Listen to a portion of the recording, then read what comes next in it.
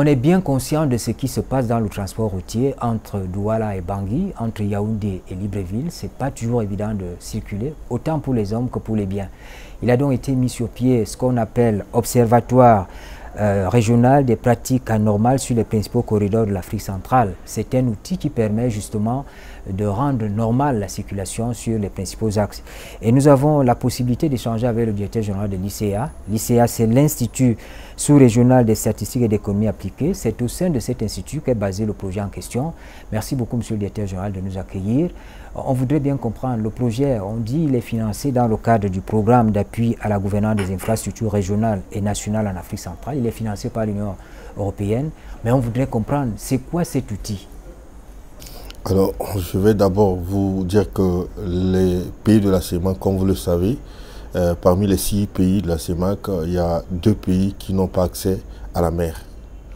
Et donc, ces pays, pour leur approvisionnement ou pour l'exportation de leurs matières premières ou de biens qu'ils veulent vendre à l'extérieur, en dehors de cette zone, il va falloir utiliser le port de Douala ou le port de Kribi ou encore le port de Pointe-Noire. Et donc, les 2 pays-là, c'est la République centrafricaine et le Tchad. Alors, par rapport à cela, il y avait eu des conventions qui ont été signées pour faciliter ces échanges commerciaux. Et vous êtes aussi bien informé que dans notre sous-région, il y a un sérieux problème de libre circulation de personnes et de biens. Et donc, cela n'échappe pas, les échanges commerciaux n'échappent pas à ces tracasseries. Et donc, malgré qu'il y a des dispositions qui ont été prises, ça rend beaucoup plus difficile les échanges au niveau de la sous-région. Et donc, il y avait des enquêtes qui ont été menées par la Banque mondiale, par les autres partenaires, par l'Union européenne elle-même. Et donc, on a constaté que le coût de transport au niveau de la sous-région est le plus élevé au monde. Alors, pour remédier à cela, les États de la CEMAC, en collaboration avec l'Union européenne, qui est notre partenaire clé dans ce projet, et dans le cadre de programmes d'appui à la gouvernance des infrastructures routières, donc comme vous venez de le dire, PAGIRN, donc sous le 11e Fonds européen de développement, l'idée a eu lieu de mettre en place un observatoire, c'est-à-dire qu'un outil qui permet non seulement aux États, mais plus précisément à la CEMAC, qui doit être le propriétaire de cet outil-là, de faire usage de sorte que toutes les données concernant les pratiques anormales soient relevées à temps réel et surtout à des périodicités régulières pour permettre à ce que les décideurs puissent prendre les mesures appropriées pour éradiquer totalement les pratiques anormales sur les corridors. Qu'est-ce que vous entendez par pratique anormale? Oui, je vais vous donner une définition qui est limitée dans le sens de facilitation des échanges. Une pratique anormale, c'est toute tracasserie causée par un agent de contrôle qui exige des documents non prescrits ou bien qui prélève des frais au-delà de ce qui a été prescrit. Voilà brièvement ce que je peux vous dire concernant la définition de pratique anormale dans le cadre de notre projet. De manière concrète, sur le terrain, c'est quoi? Sur le terrain, une carte de baptême, par exemple, un chauffeur. Oui, par exemple, un chauffeur qui arrive et que l'agent de contrôle lui demande une carte de baptême, par exemple, ou encore l'état de véhicule qui ne va pas et que le chauffeur utilise et qui donne de l'argent pour se faire passer sans contrôle. Tout ça, là, ça constitue les pratiques anormales. L'Observatoire des pratiques anormales, c'est depuis quelques mois qu'on en parle. Mais au fond, est-ce qu'il y a eu des actions fortes qui ont été posées? Effectivement, M. Séverin, nous avons signé en mai 2020 la convention tripartite avec l'Union européenne, l'ICA et surtout l'ordonnateur national de Fonds européen de développement qui est le MINEPAT. À partir de là, une lettre de mission nous a été remise. Et depuis ce jour, nous avons commencé à mener des actions pour effectivement rendre réelles les activités de cet observatoire. Nous avions commencé d'abord par mettre en place une méthodologie de travail. Et dans cette méthodologie, on devrait aller sur le terrain pour voir est-ce que ça cadre bien avec ce que nous allons produire comme résultat. Et donc, un premier déplacement a été fait pour rencontrer les parties prenantes. Nous avons rencontré les différentes représentations de douane au niveau du port autonome de Douala, la douane centrafricaine, la douane tchadienne et la douane camerounaise. Nous nous sommes informés de ce qui se passe au niveau du port avant que les cargaisons quittent le port. Notre activité, normalement, devrait commencer au moment où les cargaisons quittent le port autonome de Douala. Mais pour mieux comprendre ce qui se passe, il nous faut nous informer sur ce qui se fait en amont. Et donc c'est pourquoi nous sommes partis au port autonome de Douala vraiment pour nous informer sur tout ce que nous pouvons avoir là-bas. Je pense bien que d'ici peu, ça fera l'objet encore d'une autre, je dirais, branche de ce projet que nous sommes en train de mener. Donc je reviens sur votre question tout à l'heure. Nous avons rencontré les parties prenantes, donc les conducteurs, les transporteurs. Nous avons aussi rencontré les organes qui sont chargés de fret dans la sous-région, c'est-à-dire que le BGFT, le BNFT qui est pour le Tchad et le BARC qui est pour la République centrafricaine. Et donc nous avons essayé de recueillir toutes les informations auprès de ces partenaires pour vraiment rendre effective notre méthodologie. Et après cela, nous avons mené une enquête pilote. Et donc cette enquête pilote nous a rassuré que notre méthodologie tient. Et c'est par là que nous avons lancé les enquêtes préliminaires. Et les enquêtes préliminaires, nous avions publié le résultat. C'est ça qui fait le dernier trimestre de 2020. Le dernier trimestre de 2020, nous avons publié.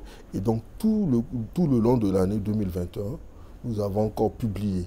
Donc chaque trimestre, nous avons des bulletins trimestriels, nous avons des rapports trimestriels et à chaque fin d'année, nous publions le rapport annuel. Et nous le faisons jusqu'aujourd'hui.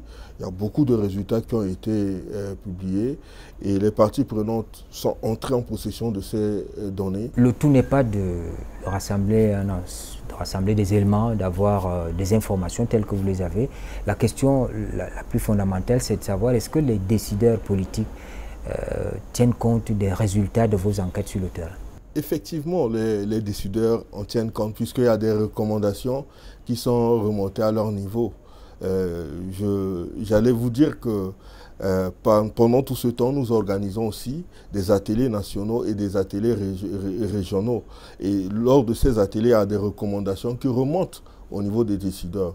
Ce n'est pas pour rien que le gouvernement tchadien avait procédé à un démantèlement des barrières illicites au niveau de corridor Douala-N'Djamena, tout comme le ministère de la Défense au niveau de Cameroun qui avait mené une action d'envergure sur le corridor, tout comme au niveau de la RCA où le gouvernement a mis en place une stratégie de démantèlement de tout ce qui est barrière illicite. C'est à l'issue de ces résultats. Et nous avons, pour votre information, des points focaux qui sont dans chaque État concerné. Et ces points focaux, c'est eux qui servent de relais entre nous, ici, l'organe central de l'OPA et les pays concernés. Et je vais vous dire que ce n'est pas seulement ces deux corridors qui sont concernés par ce projet. Il y a aussi un autre corridor, mais qui est non conventionnel, le corridor Yaoundé-Libreville. Vous savez que sur ce corridor, il y a eu beaucoup d'échanges. Le Cameroun vend tous les produits vivriers au niveau de Libreville. Et donc, le transport de ces marchandises n'échappe pas à des tracasseries. Monsieur le directeur général, vous l'avez reconnu au début de cet entretien, c'était un programme, c'était un outil qui est financé par l'Union européenne, mais on voudrait comprendre, c'est quel type d'accompagnement que vous apporte l'Union européenne? C'est de l'argent frais, c'est des séminaires, c'est le renforcement des capacités. Qu'est-ce que vous faites ensemble? Alors, grâce à l'Union européenne, nous avons reçu un premier décaissement. L'Union européenne nous encadre à partir de la cellule d'appui à l'ordonnateur national qu'on appelle CAO. Et donc, c'est l'occasion pour moi de remercier vivement le coordonnateur, M. Aliou, qui nous a plusieurs fois assisté et avec ses collaborateurs qui nous ont beaucoup soutenus en nous encourageant à aller même quand nous avons des difficultés, ils sont là pour nous appuyer. Et donc il y a aussi au niveau de l'Union européenne, de la représentation là-bas, il y a la chargée de programme d'infrastructure, je pense, et qui est constamment avec nous depuis la mise en place de ce projet jusque-là. Si nos informations sont exactes, votre mandat est arrivé à terme depuis la fin de l'année 2022. J'imagine que dans ce travail de promotion d'une meilleure intégration dans la sous-région, la zone de la CEMAC, il y a certainement un fait qui vous a marqué. J'ai été tellement marqué par la collaboration que j'ai avec ceux qui sont dans ce projet. Aujourd'hui, si je prends mon téléphone, j'appelle, on me décroche et on traite le problème à temps réel. Je prends un exemple. Il y avait un enquêteur qui a eu un problème, je pense au niveau des frontières. Et d'ici, j'ai appelé le commissaire de frontières au niveau Cameroun. Il m'a pris, il a trouvé une solution rapide. Je voulais le remercier aussi pour cette action qu'il a faite. Au niveau de Centrafrique, même chose.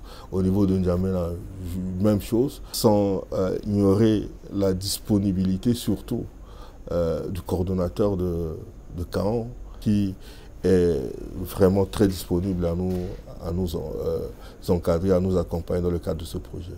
Je ne peux pas terminer sans dire un grand merci à Monsieur l'ambassadeur, son Excellence Van Damme, qui toutefois répond à nos préoccupations à travers ses collaborateurs.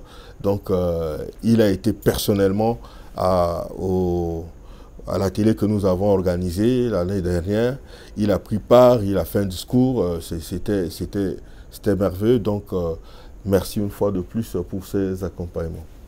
Nous parlions au directeur général de l'ICA, c'est dans le cadre d'un projet qui a consisté à mettre en place un observatoire pour pouvoir contourner les difficultés que nous avons sur les principaux corridors en Afrique centrale. Quand vous voulez circuler, vous avez des marchandises partant de Douala à Bangui, c'est parfois difficile.